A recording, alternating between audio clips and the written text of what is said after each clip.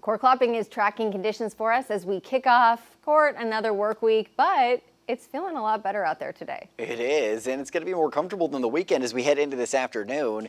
Temperatures sliding quite a bit and a bit of active weather persisting across our region today after lingering but diminishing in the overnight hours. To check in with what we're seeing out of the Sundial Bridge in Redding for your noon hour, you can see some clouds overhead, a little hazy as well, but quite a few people taking advantage of the cooler noon hour across our region, getting out for that fresh air right now. Temperatures currently in the 70s across the board for the valley, 79 degrees in Redding, so flirting with the 80s knocking on the door there, 77 degrees in Red Bluff, 72 in Chico, and 75 for Orville. We're in the 60s right now for the most part in the foothills, and we're in the low to mid 70s in our mountain areas. And the reason why some of our mountain areas have warmed up more so than parts of the valley, the Delta breeze influence returning. We saw the wind out of the south earlier on today. It's now mostly out of the west, but it's going to shift to come back out of the southeast this afternoon.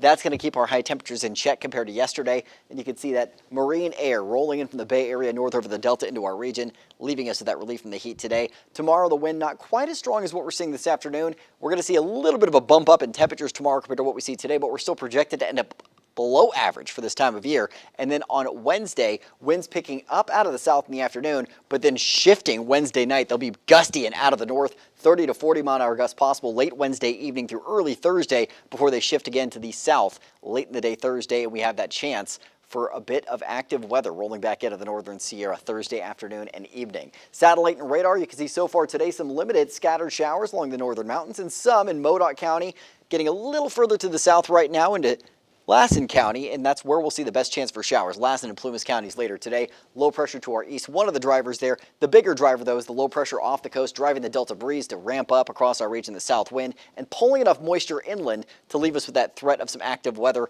when it's joined by the low pressure to our north as well. So a lot of factors going into effect here that leave us with that chance for some active weather today. The threat of thunderstorms, mainly for our higher elevations, but there's a slight chance for a little something popping up in the northern end of the valley. Latest Futurecast not showing that at all, though. Most of the active weather limited to Plumas and Lassen County zones later on today, fizzling out late tonight, clearing skies overnight into early tomorrow. We're sunny for the start of your Tuesday.